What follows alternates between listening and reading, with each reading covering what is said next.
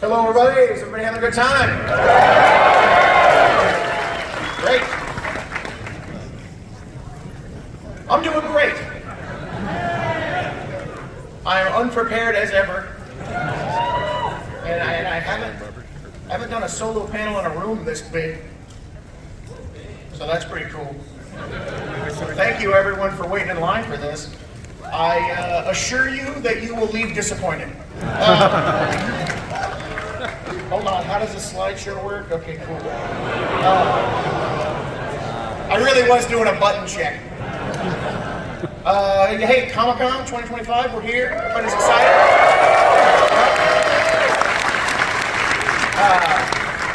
Got a lot of fun stuff to talk about. Got some big reveals. Some things we're going to be announcing. I'm going to be up here by myself the whole time. At a certain point, I'm going to do Q&A. Microphone there. So at a certain point, you don't have to yet. This is probably going to be about 20 minutes of rambling. Maybe 15, maybe 23. I haven't nailed it down, haven't practiced. We'll see how it goes. We'll try. All right. Invincible versus Big Invincible fighting game. A little louder, a little louder. As a huge fan of fighting games myself, could not be more excited about the existence of this game. I have played it. I play it as often as I can. It is so much fun, and it just keeps getting better because they're still building it and they're adding different stuff. It's so great. But got a special announcement for you here, so let's just go ahead and do it.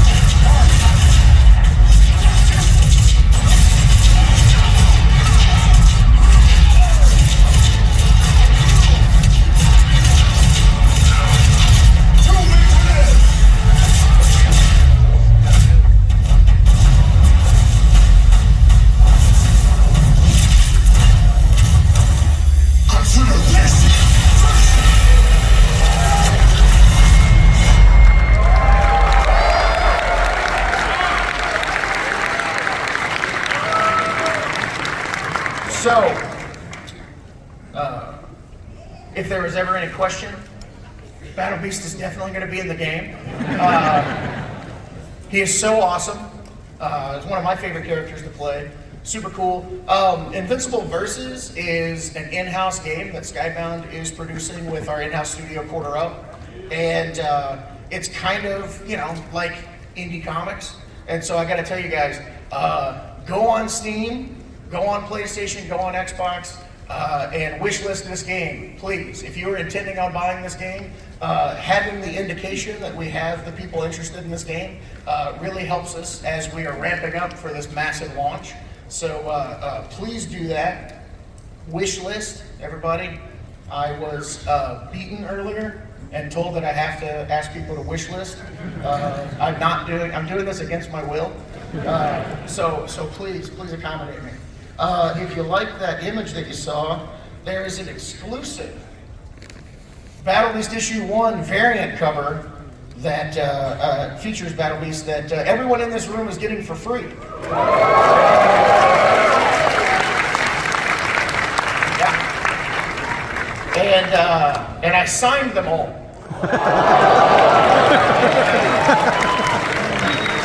So, don't make me read this whole thing. Manchester Grand Hyatt on Harbor Drive to get your free item. You know, we all love walking. We don't get to do it enough here. So my gift to you is more walking. But yeah, I haven't done a lot of signings. I haven't done any signings since the pandemic. And so I thought it would be nice to sign the book for you guys. I also am so booked up, I'm usually running from panel to panel.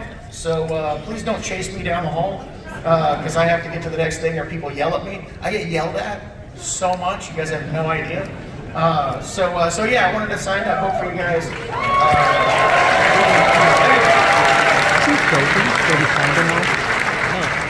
So I will say, we just announced our 4th printing of Battle Beast #1. It is one of the most successful books I have ever done. We've almost sold I think we're over 400,000 copies for the first issue, which is nuts.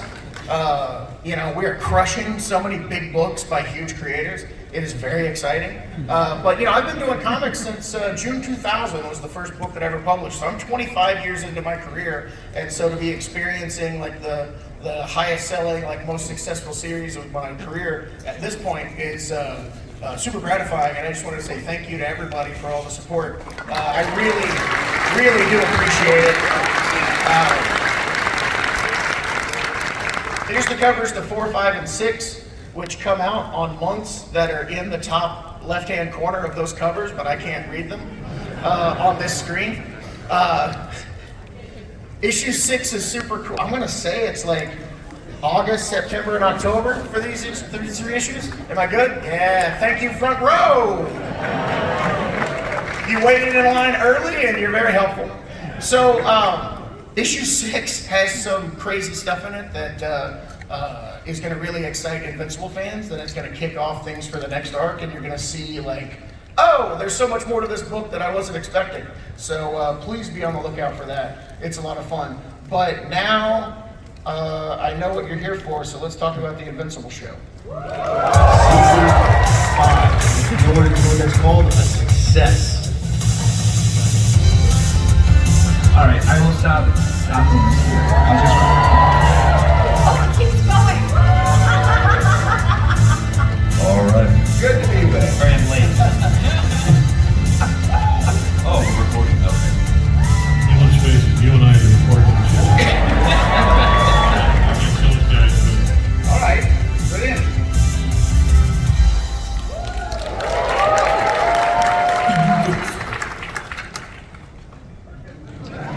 So you may have noticed an actor named Matthew Rhys was in that reel, and we have not mentioned who he is playing in the show. That is secret until this very panel. He is a great actor. Love working with him. He's from The Americans. He was recently on Perry Mason on HBO. What character could he possibly be playing?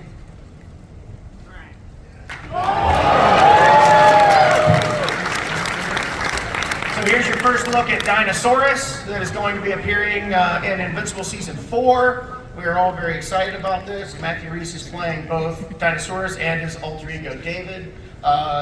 He is so great with modulating his performance and bringing so much character to Dinosaurus, but also like the contrast between Dinosaurus and David, and it's really remarkable to be able to work with him. Here's your second look at Dinosaurus. We're all very excited.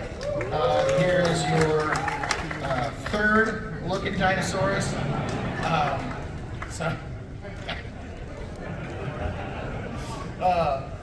Yeah, these are actually key drawings that you know they animate too. So you'll actually see these in the show.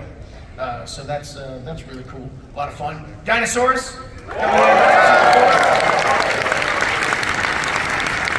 Matthew Rhys. I did not get clearance to announce this. I'm kidding, I did. All right, next. Coming out in November, we have compendiums of Tech Jacket and the Astounding Wolfman. These are books that are in the Invincible universe that came out alongside Invincible, related to Invincible. Invincible appears in these books. You know, nice to have cool compendiums, and we're collecting these books. We got new covers by EJ and Jason Howard, colored by Dave McKay. I'm really excited that we're getting to do these books, and they're going to be super cool. All right, big announcement. Coming in November, the return of Capes. That is an appropriately moderate level of applause. Most people, no, I wasn't fishing.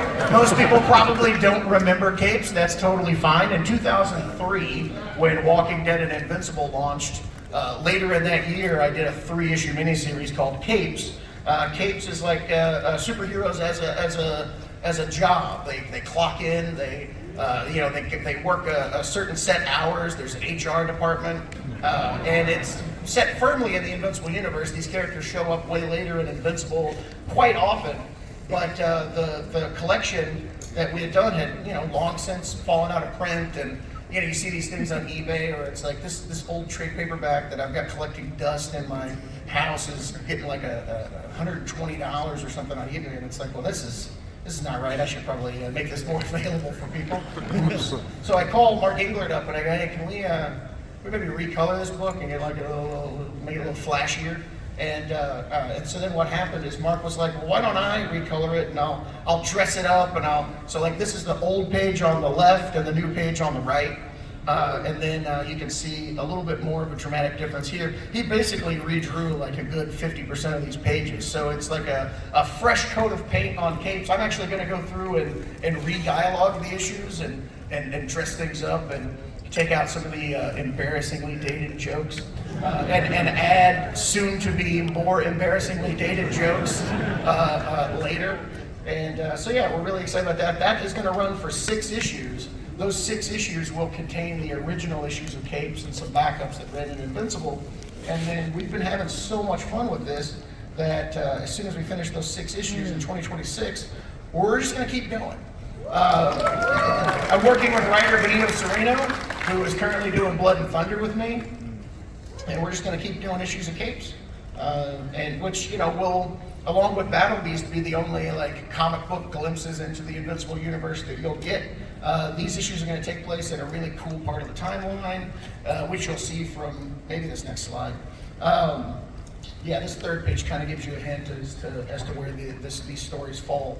But yeah, I'm really excited about this. It's going to be super awesome. Starts in November, continues into 2026. Let's move on. Still doing Walking Dead Deluxe. I think I'm the only writer in comic book history that has done 2 100+ issue runs of an independent comic. And with Walking Dead Deluxe reaching 100, I'm just going to count Walking Dead twice. So I've now done it 3 times. And you can dispute me if you want, but I'll take my ball and go home. So yeah, Dave McCabe coloring these covers. David Finch is doing new covers for every issue. Arthur Adams pops in and does covers for like new character intros and things like that. And it's a lot of fun. I do these cutting room floor entries where I kind of navel gaze and look back on my own writing and comment on it as if it's like important or something. They're super embarrassing, but some people say they're fun. Most of the time it's me going, didn't like that scene. Probably would have done that differently these days. And then every now and then I reveal I was going to kill this guy in this issue and I decided not to. And I talk about like the stuff that got left on the cutting room floor, which is kind of fun. We got Blood and Thunder running right now with the aforementioned Benito Sereno, working with Tech Jacket co-creator EJ Sue, doing this really cool sci-fi series that takes place in space and is science fiction. And I feel like this slideshow is going a little bit long. Battle Pope 25th anniversary hardcover coming out in September. This is the stupidest book I've ever done. It's the beginning of my career. If you have not read this comic, you're fine. But definitely get this hardcover and go, my God, this guy kept doing comics after this. It's a super fun series. Tony Moore, I had a great time. Met Corey Walker on this book, Matt Roberts, who did Manifest Destiny and Creature from the Black Lagoon at Skybound. So many people. EJ Sue did my first work with him in Battle Pope. It's the beginnings of my career. I talk about in the introduction that like doing Battle Pope was kind of like going to college for me, because I don't know if you can tell from every word that comes out of my mouth, I did not attend so much as 1 hour of college. But I feel like that I got that college experience from doing this book, so it's a lot of fun for me. This hardcover has gold foil, gold gilded edges. It's the most ridiculous. I'm gonna lose so much money on this thing, but it is so fun and so prestigious. Designer Andres Juarez from Skybound did all the heavy lifting on this book. I did nothing. I even was like, I want to do a hardcover, and he was like, we can call it the Immaculate Collection, and I was like, people will credit me for that later, and I'm fine with that. So yeah, he's the best. The book is the best. September. Buy it or don't. Also in September, because I guess I want you to buy as many hardcovers as possible, Die Die Die. This is a 14-issue series I did with Chris Burnham, came out during the pandemic. Probably the craziest book. If Battle Club's the stupidest, Die Die Die is the craziest. It's a grounded assassin book for like 5 minutes, and then it just gets nuttier and nuttier. It's a lot of fun. There's a lizard person ninja. Barack Obama is one of the main characters. It's a lot of fun. It's a lot of fun. So that comes out in September. Another amazing package. It does not have gold foil gilded edges, which is an oversight on my part. I'll be honest. I have wanted to work with David Finch for decades, and I have been secretly working with David Finch for almost a decade as we worked on Skinbreaker. Skinbreaker is I'm going to say sci-fi adjacent fantasy action book that is about a somewhat primitive civilization on the brink of collapse. And our hero, Anak, is struggling to kind of update the ways of life that his people live to try and ensure their survival, and there's resistance from within the group against that. They fight these rad monsters that are in the jungle. I told David Finch, I was like, I want this to be a project that like people look back on for decades and they go, do you remember when David Finch did Skinbreaker? Oh my God, this is just the most monumental work that you'll ever see. And he was like, all right, cool, I'll take 8 years to draw that. And it shows. It shows. I'm saying that as a selling point. He spent so much time on these pages. Is there an extra? I'm going to go an extra slide. Hold on. It's going, no, there. Oh, went too far. Went too far. Went way too far. Way too far. This thing broke. All right, there we go. So these pages are massive. That's why it took him so much time. These pages are like twice the size. So a 2-page spread is the size of 2 2-page spreads. Each single page is the size of a 2-page spread. It is such a beautiful, beautiful comic, as you can see here. Also, we're doing these treasury editions to show off. So there's going to be a normal show off the art, not just to show off. That sentence ended in a way that it kind of changed the meaning of what I was trying to say. Could have been a Freudian slip. So the treasury editions are going to be like massive. I don't know the exact measurement, but the coolest thing about them is that you're going to get this big book. It's going to really display the art. But instead of just what most people do when they do these, they just expand the pages and print them bigger. We're doing that, but we are also maintaining the lettering at the same size. So, especially with pages that have more dialogue, which I wish we had ready for this display, you can tell the lettering takes up less space, so you can see more of the art. So, getting the Treasury Edition is actually an additive experience that gives you a different view of a lot of the pages, and just a better understanding of all the work that Dave Finch put into the series. So it's really cool. And then if you want to get a glimpse of these pages in your hand, when you go get that Battle Beast comic, we're also giving you one of these. This is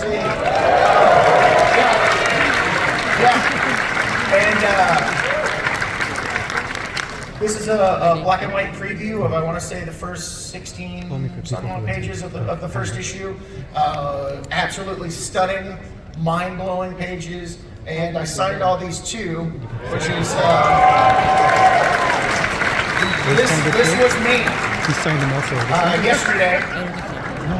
It took. I'm very proud of this. It took me 4 hours to sign 5,400 books. I didn't complain once the entire time. Laughter from the Skybound people over here. I didn't regret it, and I'm happy I did it. This is halfway through the signing. I wish there was a zoom in on my face. Make sure you guys do that extra walk. And this, by the way, is exclusive to this room. So this cover of this preview edition is only available here. You guys will have the only copies in existence. No one else can get these anywhere else until you guys start selling them. That's so This guy over cool. here said, yep.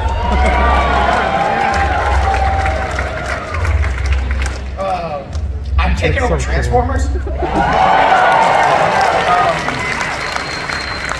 I will say no one is more upset about Daniel Warren Johnson ending his run on Transformers than I am.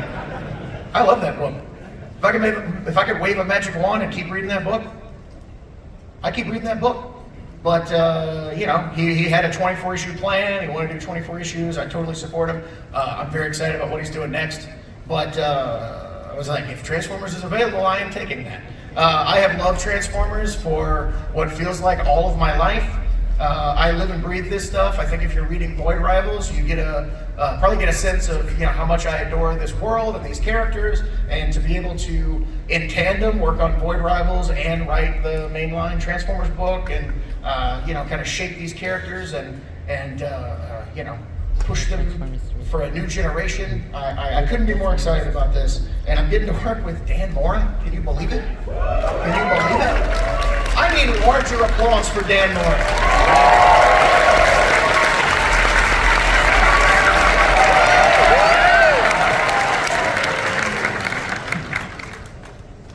Great.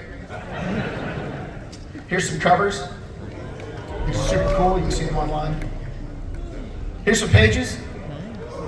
How spectacular are these pages? Like I said, couldn't be more excited about doing this book. There is so much stuff that we packed into issue 25. I can't wait for you guys to see it. It comes out in October. I didn't have to check. It's going to be great. So happy. Void Rivals. Finally getting to the big issue 25. Very excited to hit this benchmark. I feel like it's the first benchmark in a series, and I just love it. I love that we've been able to expand this world and spend time with these characters.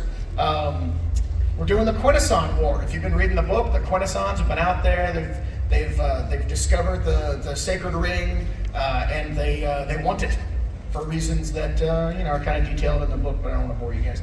And so now they've come to the ring, and we're going to see the Agorians and the Zertonians go to war with them. And so there's going to be a lot of Sharkticon action and all kinds of cool stuff. So be on the lookout for that. And I'm doing this arc with Andre Bresson, who did Birthright and Dark Ride at Image, Skybound, and has recently done some X-Men comics, but we don't talk too much about those. And he is spectacular, and he does so much work with scope and really dense action, and so he's absolutely perfect for this arc. Big moment for me. There are Void Rivals toys. This was the hope when we started doing the Energon universe stuff, but I didn't think it would happen this quickly. Hasbro just jumped on this stuff and has done this amazing set. Where can you get this set? Right now. At the Hasbro booth. Yeah, the Hasbro booth, which is the one that has all the Hasbro stuff. You guys know where the Hasbro booth is, right? I don't know what the number is, but yeah. Oh yeah, this guy's holding it. Get him! So yeah, it's super cool, and the Void Rebels characters are the traditional G.I. Joe O-ring figures. So they're exactly in scale with the classic G.I. Joe 3 1/4. Is that what they are? And yeah, they're absolutely amazing, and it warms my cold black heart to see this. If I was capable of feeling emotions, I would do whatever people that have emotions do when they see these things. No, it's the greatest thing ever, and I couldn't be more thankful for Hasbro for doing this. And it just emboldens us to try to make the coolest things possible with the Energon universe, in the hopes that they will do more toys. So there we go. Hey, Overpower, is this news? We've got Walking Dead and Invincible expansions coming to Overpower. If you want details, you can go to the Overpower Rising panel on Saturday, July 26th, from 1:45 to 2:45. It's an odd time. In room 6DE, which is, I believe, right behind us. I'm gonna say that with confidence and move on. There's a keepsake booth that we're doing these awesome trading cards with the company Keepsake. It's super cool. There's a bunch of stuff. Are they giving things away? Hold on. Yeah. There's a variety of giveaways at booth 2345. So when you're out there going to the Hilton to get those signed comics and you're walking around, swing by that booth, get some free cards. And you can see them, they're like super high-end, really cool trading cards. Free League is doing a Invincible role-playing game that is going to be coming out at some point. I feel the room wanting things. No. All right, let's. This is going to be really cool. They've done a lot of great stuff. I'm very excited for this. Be on the lookout for the Invincible role-playing game. YouTube's doing a Battle Beast! Oh my God! This thing is available for pre-order right now on the YouTube's website. I'm gonna say it's youtubes.com, but I don't know. But it's pretty cool. This thing is as cute as it is awesome. So definitely be on the lookout for that. We got some pure silver collectibles from a company called Agoro. These are super cool. It's a 1 ounce silver collectible. It's available on the Agoro website. These are limited edition vintages of 500 pieces per design available. You're definitely gonna want these things. If you're a grandmother out there, get these for your grandkids. These are super cool. All right, let's see here. Jada Toys has an announcement that they're going to reveal today at 3 p.m. At their panel, and then there may be some things on display afterwards at booth 4145. I wish I could say what these are, but it is a confounding mystery that I myself start lining up for the Q&A. Do not have an answer for, so I don't know. I think we're just going to have to stare at this for a minute as people line up for the Q&A and think about what. We'll just have to see what they could be. But definitely swing by that panel, because it's not just this one I'll reveal. Very excited about that. Jada Toys, Invincible. All right. Okay. Now, this is one of my favorite things to do at Comic-Con. I love doing a Q&A, I love answering questions, love talking to you guys. This panel is going to be good or bad now based on you. So, make sure you get some good questions, and we'll see. Anybody want these sunglasses? These might belong to somebody. Sorry. All right. Go ahead. Hello. Huge fan of Transformers. All right. You and I are the same.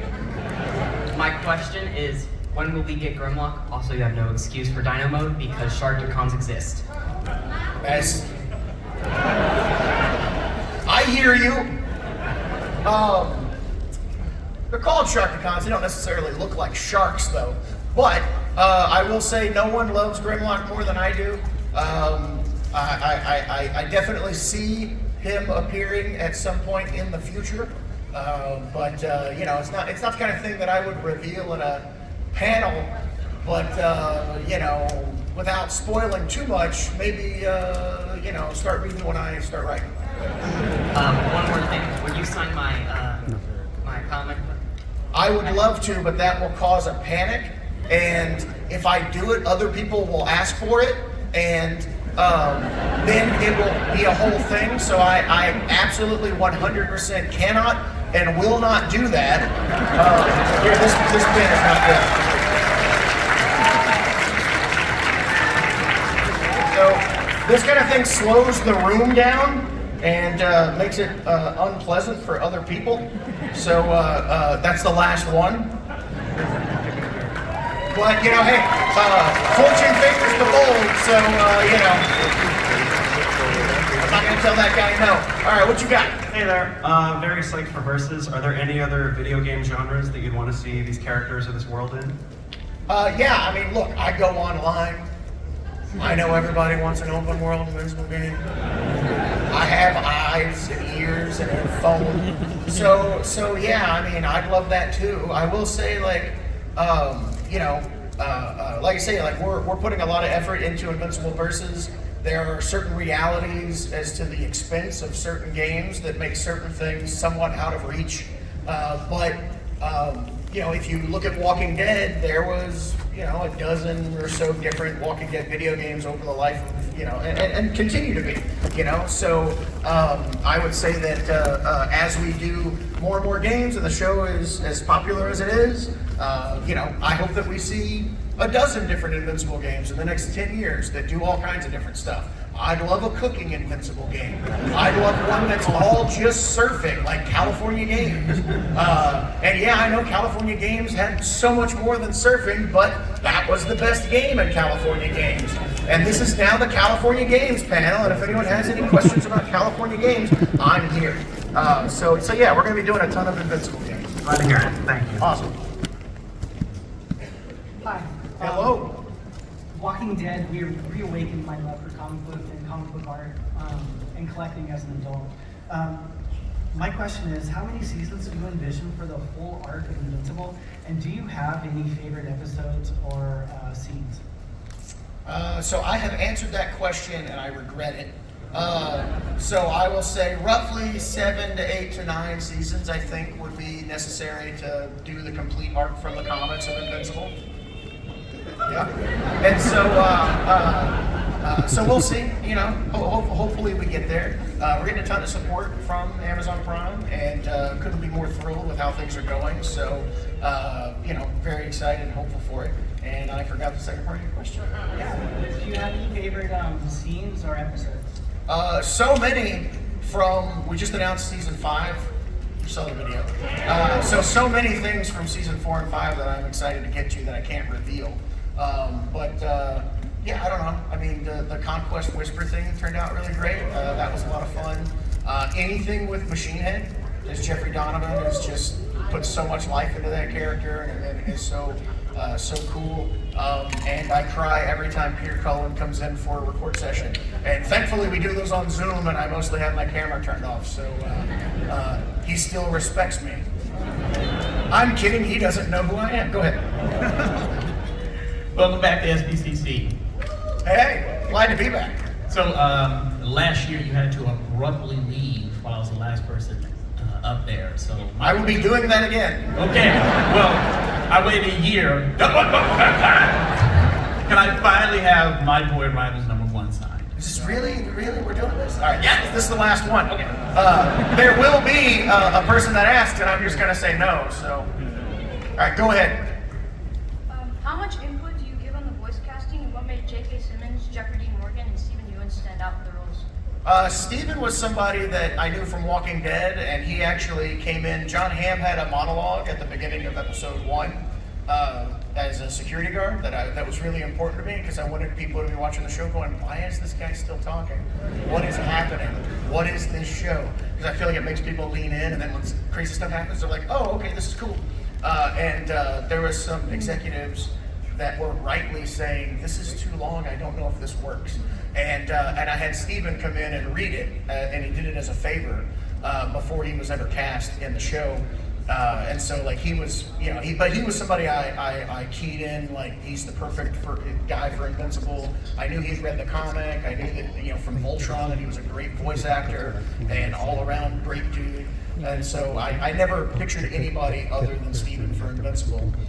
J.K., I mean, come on, you know, the guy from Whiplash is going to be Omni-Man, like, okay, perfect. And J.K., more than I think any other actor working, can be a very caring and sincere father and also a brutal maniac that is absolutely terrifying. And to be able to be so good at those two things was very important for Omni-Man. And it's important to note that, like, you know, as we're getting ready to go into season 4, like you know from reading the comics, because you've all read the comics, right?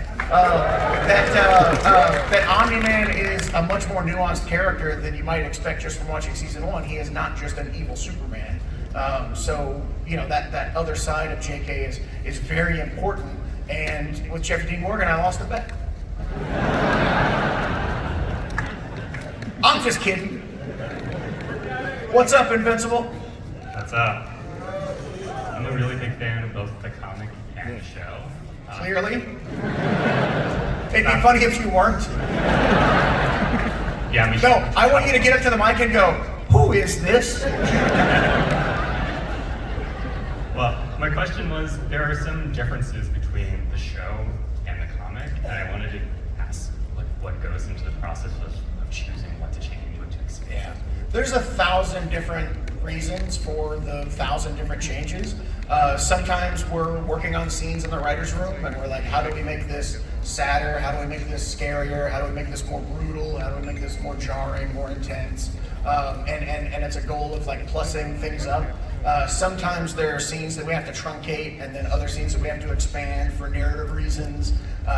Sometimes there's characters that we don't know if we're, going to do a lot with, and so we don't, I don't know, there's certain things that we decide that we're going to adapt and decide that we're not. And sometimes it's just, like the comic is 20 years old, 23 years old, I don't know. I feel like I'm just going to turn to dust and blow away as I say it.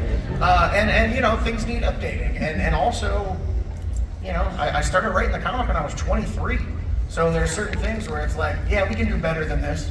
And then there are other things where I'm like, this is funny, this is cool, this is exciting. Like we're gonna adapt this 100% directly and not change a thing. So it's really just that's kind of the decision making that goes into it with the writers team and the directors and everybody when we're getting together and putting the season together. Thanks. All right. How you doing, Robert? Okay. Your last panel that I caught was just after you ended The Walking Dead, and you were expecting all this to come out with our pitchforks. You haven't been to one of my panels since then? Yeah, it's been a while. Sorry, man. Sorry. My question. I hope you're not asking to get something signed. My question for you is, as someone who's in his 25th year or something like that of writing comic books, how do you decide when to end a comic book? Because I might have been a little frustrated with a couple of your other titles if they chose to do it. Maybe a little early. Are we gonna fight? I'm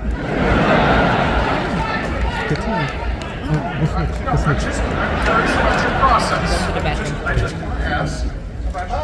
When it comes to things like Firepower and Oblivion Song, those were set endings that existed before we even started the book. So like when I'm talking to Chris Somney, when I'm talking to Lorenzo De Felici, it's like this is going to be a 36 issue roughly series that will work for X amount of years, and here's the beginning, middle, and end. This is what I'm kind of working towards. I will say, having worked on Void Rivals, which doesn't have a set ending and is more like how I did Invincible and Walking Dead, I do find the Void Rivals, Invincible, Walking Dead process to be a little bit more freeing, because I'm writing Void Rivals, and if you haven't read Void Rivals, you can leave. I'm so old. I'm writing Firepower. If you haven't read Firepower, you can leave. That was a joke I was trying to make laugh. Anyway, there's a dog named Peanut Butter. And I would have given an entire issue to that dog named Peanut Butter because he was fun and funny, and it would have been cool to do a whole issue about a dog. But when you're on like this 36 issue plan and you've got to hit certain things to make sure that you get to the ending, I just didn't have the freedom to do that. On Void Rivals, I can do like 9 issues that are just about Skuxoid, and people are like, yeah, all right, cool. If I was only doing a set number of issues, there would be far less Skuxoid in Void Rivals, which we all agree would be a travesty. So yeah, those had set endings. With Invincible and Walking Dead, it just, like both of them, it just seemed like the right time. With Walking Dead, I had plenty of plans and could have kept going and, could have kept telling those stories and those characters, but it seemed like I had like the perfect ending that I was pleased with, and I didn't want to blow past that and then come up with a lesser ending later. And Charlie and I discussed it, and it's like after 16 years of putting out 193 issues, it's nice to move on and do something new. So that was it, and kind of the same thing with Invincible. Like it just seemed like it was the right time. Which one were you unhappy with? I'm curious. All of them? You're set. You only had 36 issues. Oh, I see. So you wanted more Oblivion Song? I wanted. We're not gonna fight. You're my favorite. I really appreciate it. Thanks so That's much. enough. You can sit down. Hi, Robert. Hello. There's a collab with Dead by Daylight coming up. Yeah. Walking Dead. So I was wondering. We forgot that slide. Oh, here you go. So there's a collab with Dead by Daylight coming out with Walking Dead. You're gonna be able to play as I'm gonna say Rick and Daryl and Michonne. It's gonna be great. So I was gonna ask, like, what are the odds of like adding other characters that are less commonly added, such as I don't know, like Glam, Maggie, just Slim. Next question. Can you not sign this? Oh, I'm gonna say no to that one, but I don't know what's gonna happen if you walk this way. Go ahead, Lady Negan. I want to ask, out of all you've written, I wasn't joking. Sit down. Sorry. Go ahead. with the amount of stuff you put out and all the amazing adaptations there is there anything you really want to be adapted one day, like out of like Battle Pope or Oblivion Song? I mean, all of the above to a certain extent because greed. But I think I don't know. I think Super Dinosaur, like we did 26 episodes of the Super Dinosaur cartoon that I don't think anyone's seen, and I think that there's a lot of potential for that. I think it was a lot of fun, cool visual, dinosaur, cool robots, awesome stuff. I'd like to do something else with that. I think, I don't know if I think a Battle Pope animated series would, probably end my career. But yeah, I don't know. I mean, like I say, I don't really play favorites. I think that there's something exciting and new and fun about each individual one, and so I'm just kind of taking them like as they come, and when the opportunities present themselves, then I'll dive into that stuff. Like, so right now, Invincible is the focus, but who knows? In a couple years, it could be Firepower, or Oblivion Song, or Die Die Die, or who knows? So yeah. And do you think there could be any other Skybound characters added to Invincible Versus as DLC ones? Well, if there were, I certainly couldn't say anything now. Thank you. All right. Thank you for making an animated show that my parents are willing to watch with me. That's a lot of fun. I remember reading Invincible, I want to say in high school or college, probably illegally so you can get paid. However, when the show came out, I finally purchased all of the Omni books, and I read those and split them out. It all worked out in the end. I'll allow it. So who here, show of hands, has pirated my comic books? Arrest these people. That's a slim. You guys are the brave ones. Go ahead. And so the newest season looks like it's going to have like an entirely original arc. I know a lot of this stuff's like the new release shifted a little bit. Are you planning on having more original content in later seasons, or just like you really want to add this one thing to season 4? It's definitely a fun thing that we're doing for season 4. This is the Hell storyline that begins at the very end of season 3, and that after credit sequence with Bruce Campbell and good lord, Damien Darkblood, Clancy Brown. Sorry, did I talk about how old I was? So anyway, and so we're doing a story focusing on that stuff, which was something I'd always wanted to do in the comics, because there's storylines in every superhero comic where the Justice League go to hell or the Avengers go to hell, and it's like a kind of a fun trope that I never got to play with in the comics. So this will be something new that may or may not happen in season 4. I can either confirm or deny. So yeah, really excited about that. And if it works well, we might do more stuff like that. There's definitely a lot of ideas that I'd like to get to. There's things like the Cahor storyline that is not from the comics that I like to think every time a Cahor scene shows up in the show, people are like, oh God, this guy again? Where is this going? It continues for a good long time. That's where it's going. So yeah, if it's fun, we'll keep doing it. But if everybody revolts when we get to the Hell episode, maybe in season 4, then maybe we'll pivot. We'll see. Thank you very much. All right. Hi, Robert. Hello. What is gonna happen to Punch Man in later seasons? Absolutely nothing. Goodbye.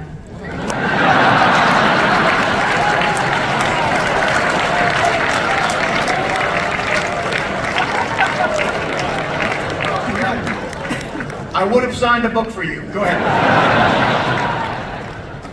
Nice meeting you. So I'm a fan of the I comic. don't consider this a meeting. I can barely see you from this distance. I don't want you telling people we're friends. No offense. Comics and the show. Now, I don't feel the new seasons are paying respect to the art, the style. You know if the animation is going to improve in the new season? It's everyone's talking about it. No, sorry, I'm getting not in my house. No, yeah, I think that the animation is going to improve from season to season as we work better with the overseas studios. The overseas studios get a better handle on what we're trying to do. You'll see if you pay attention, like every show evolves from season to season. I will say, the animation is absolutely rad. I think that anybody who watched that Conquest fight at the end of season 3 kind of sees like where the show is going and the heights that the show can achieve. And we're hoping to hit those high points more and more as the show progresses. So we'll just we'll just have to see. I'm definitely not signing a book for you. Go ahead. Hello. I've been a fan of. I'm a fan of Invincible, and I want to try. Hold on. Now we've officially met. Thank you. And I do want to try out everything else we've done except The Walking Dead. I'm sorry, I don't do horror. What's up with you guys? Why are you being so mean? No, it's not you. What did I do? Is this carefree, friendly, vibe of just inviting all this? How do we establish some kind of cold distance so I can get less honesty from you people? No, I'm kidding. It's all fine. I don't need you. Maybe I'll try it. But my question, actually, I have 2 quick questions. Please. The first is a Transformers question. My question is, have you seen the animated movie from last year, Transformers 1? And if so, what do you think of it? I saw it last year, right before Comic-Con. I got to see it a little early. And every minute of that movie, I loved it more and more. It's minute 10, I'm like, oh, this movie's actually pretty good. By minute 50, when Starscream shows up or whatever, I was like, oh, I love this movie. And then, some of that last scene, I cry a lot at movies. I'll just leave it at that. So yeah, it was. I thought it was great. All right. My final question is, and I know that the show The Boys is ending next year, but would there ever be a chance of a crossover episode in a version of that universe? Since I think that I'm gonna say no. Okay, all right.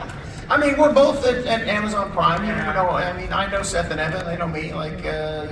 They're producers on the show. Seth plays Alan. There's a lot of crossover there. Yeah. It might happen. You never know. And I do know one thing.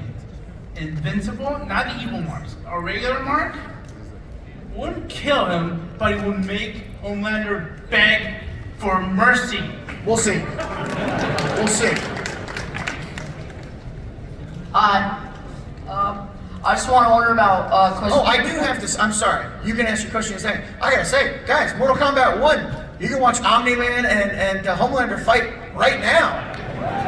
Yeah, and I tried to get it in that game to where Homelander was unable to perform a fatality on Omni-Man, and they were against that. So it's kind of a bummer. Go ahead. But I think that'd be hilarious, right? If you're playing as Homelander, you're like, it's not working. What's going on? So we all know that season 4 will be coming out next year, correct? And we're just, I just want to wonder about Thrag, and we know he's casted, correct? And also, have we got? Well, he's cast, but now that we've announced that season 5 has been picked up, he may not show up until season 5. Have you got any? I see you all love that idea. Have you got any lines recorded for him? Yeah. Well, I mean, we announced that season 5 is all. It's so funny. I almost spoiled who was playing Thrag just now, because I was like, oh, yeah, and then I was, my brain was like, I guess that's the answer. But yeah, yeah. All of Thrag's lines have been recorded, so now I get to watch articles go up that say all of Thrag's lines have been recorded. And people at Amazon are like, why did you do that? So yeah, sorry. And then will we also get any crossovers in like Invincible versus or? I mean, it's possible. It's not our focus right now because we're trying to get the game out, but if the game is around for a good long time and we do a lot of DLC, we may run out of characters and, have to throw in some weird people. Who knows? Could be cool. Thank you. All right. Good afternoon. It is a good afternoon. Yeah. I got a bit of a two-parter. First off, I love a room this big because you can see a constant stream of people kind of like moseying out as this Q&A runs along, and it doesn't look like anyone has left. The room still looks packed. So. Let's use the battery pack walk around. And shame on you people for leaving. Sorry I didn't give away a Lego. First off, congrats on 25 years. Thank you. I was going to ask about Too Much Men, but that kid beat me to it. So my question is, first part, 25 years ago, did you see yourself here? Was this the goal? And then second part. So let me tell you guys about this book called The Secret. No, I did not. Go ahead. And then second part, of your 25 years, Battle Pope, Astounding Wolfman, Tech Jacket, Invincible, Walking Dead. What's been your proudest accomplishment? I mean, someone said having children. Oh, boring. Come on. Having children. I don't know. I mean, I think the craziest thing that ever happened to me was I love Saturday Night Live. And I sit down to watch the Saturday Night Live that Dave Chappelle is hosting, and he brings back all of his characters from Chappelle's show, and he's playing Negan, killing them all. Like, I didn't know that was happening. They don't give you a heads up. And it's just like, oh, Dave Chappelle's dressed as my character, and he's on SNL, and it's the opening sketch, and this is insane. So, like, that's probably the biggest thing that, I never could have dreamed of in a million years. Also like getting to meet and know guys like Rob Liefeld, Todd McFarlane, and Eric Larson, and Jim Valentino, all the Image guys. It's just like, I just can't believe that I'm a comics guy. All the TV stuff is nice and everything, but like that's like a real big deal to me. I get to call them on the phone and, hey, I'm looking at this comic, and you drew this. Did Todd ink this thing in the background? It looks like you guys were at an Image meeting. And oh yeah, that's Todd. Blah blah blah blah. Like it's amazing. So I don't think anyone in this room understood what any of that was, but it's a big deal to me. And shut up. All right, I think somebody flashed the last question, so I'll do 3 more if you talk fast. Go. Wait, can I just ask for a selfie? You can't. Go. Do you foresee a crossover between the Invincible universe and the Energon universe? And also, I went to the panel last year, the Skybound one, and was wondering if I could get my Boy Rivals one signed. Run. Not anytime soon. I mean, I'm not really the biggest crossover guy. I think that kind of stuff is somewhat tedious. So I don't know. We'll see. Maybe someday. But there's definitely no plans right now. We want the Energon universe to stand on its own. Answer your question. Hi. So my favorite. I got to get in position to run. My favorite character in Invincible has been Adam Eve, like since I've seen it and read it. Do you think how do you want to develop her character further in like the newer seasons? And then do you think that like you would make a better game because she has like the little game on Steam, but like do you think you'd make a better game for her? I think that in a long enough timeline, maybe we'll get to do a cool Adam Eve game. I will say that she's absolutely spectacular in Invincible Versus. But yeah, Adam Eve is a really important character to the entire expanded Invincible universe, and hopefully we'll be seeing a lot more with her that I can't talk about at this panel. Maybe, who knows? Maybe we'll be talking about some exciting stuff next year at this panel. Do you think she'll do like less glass shields and like develop her powers a little bit better in the new seasons? I will try to write better. It annoys me as well. but I like to say that she's just like in a hurry, in a pinch, like, yeah, I don't want pink wall, I don't want pink wall. You know, like it's not like she can sit there and think of complex things all the time. It's difficult. Is this casual Omni-Man cosplay? Okay, great. Just making sure. I just wanted to ask, as a wannabe writer, asking one of the greats, what do you do if you hit a slump with all the volume and quality of writing? If you hit a break, is there something you do to get it going when the gears turn? I exist in a slump. As a writer, you know, like I don't ever feel like, oh, I'm firing on all cylinders. I'm like, oh God, squeak that one out. So I just kind of like trip from project to project. I do so much that I don't really experience writer's block because I'm always kind of bouncing from one thing to another, and having people yell at you because you're late on everything constantly helps. I'm a mess. But I don't know. I mean, I do think that when I have periods where I'm super frustrated and I can't make headway on a certain story, as I've gotten older, I've started to realize that that's a mechanism telling you that what you're doing is maybe not, you know, the right thing, or maybe you should try something else. And so I've kind of started, you know, rethinking things when I hit that wall, which, as I say it out loud, sounds super obvious, but it took me a while to figure it out. So maybe that advice is useful to you, or maybe not. Also, take a shower. The hot water on your head makes the blood flow better in your brain. Ideas seem to flow easier. That could be science or it could be bullshit. Ask your question. Hello, Robert. One question here, but I try my best. So the people of the con, I have no idea if I'm 5 minutes over, if I'm at the exact right time. It's 1:57. Okay, great. Go ahead.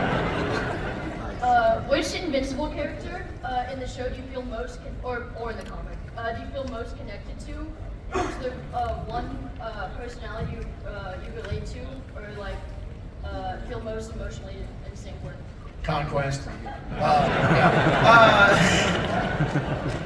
No, I don't know. I mean, I don't really think about it that way. There's a piece of me in every character. I'm so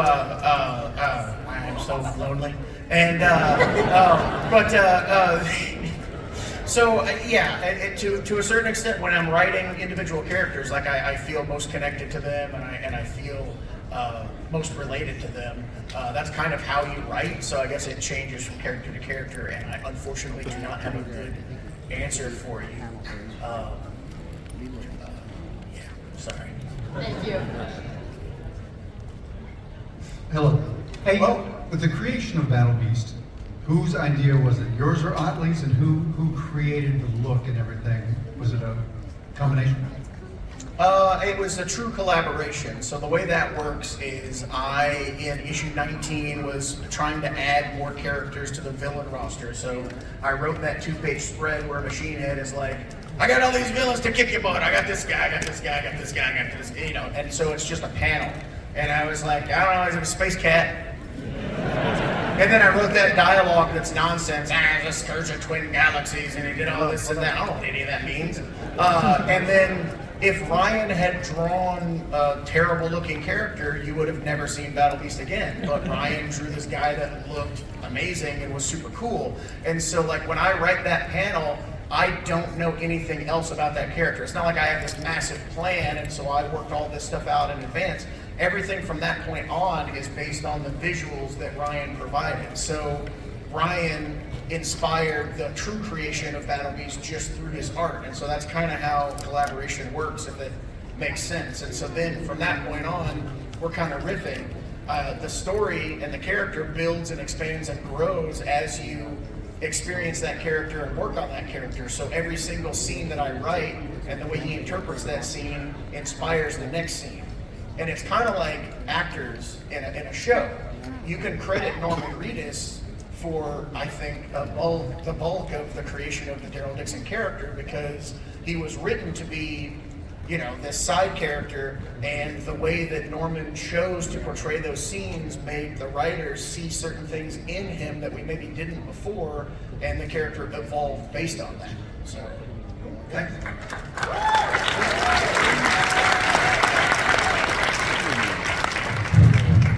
Hi there, Robert. I have a question. I don't mean to ask a very strange question, but... Hey, we're all here. There's no strange questions. Let's do it. Okay, well... I'll regret this. All right then. Since we saw the season 5 trailer, saying that the voice recording for season 5 is complete. Does that mean season 5 will air next year as well as season 4? Absolutely not. It is by the skin of our teeth that the production is able to get the seasons out annually. So season 4 is definitely going to come out next year. I can say that before the end of 2026, you'll get season 4. I don't know, is that a spoiler? I don't think so. But yeah, we're done with voice recording, but that's one of the first things that gets done. You do animatics, and then that stuff goes overseas, and we're still doing designs. We're still very much in season 5 and working on season 5. I'm very tired, and I do the least amount, but. It's a very long process, and you animate to the voice acting, so that's why we have the voice acting done. So, good Lord, please do not expect. I love that we had a 2-year gap between season 2 and 3, and it was nothing but it's gonna take 100 years to get the show, 100 years, they're never gonna get to the end, oh my God. And then we put out 2 and 3 back to back, and people are like, can we get 4 and 5 in the same year? You guys are never happy. You're never happy. But I do deeply appreciate your question, so thank you very much. But yeah, no, season 5 will be out in 2032. You can quote me on that. Yeah, thank you. All right, does Stop Guy have a question, or is that the end? That's the end? Guys, it was a great panel. Love you guys so much. Thank you so much. We'll see you later.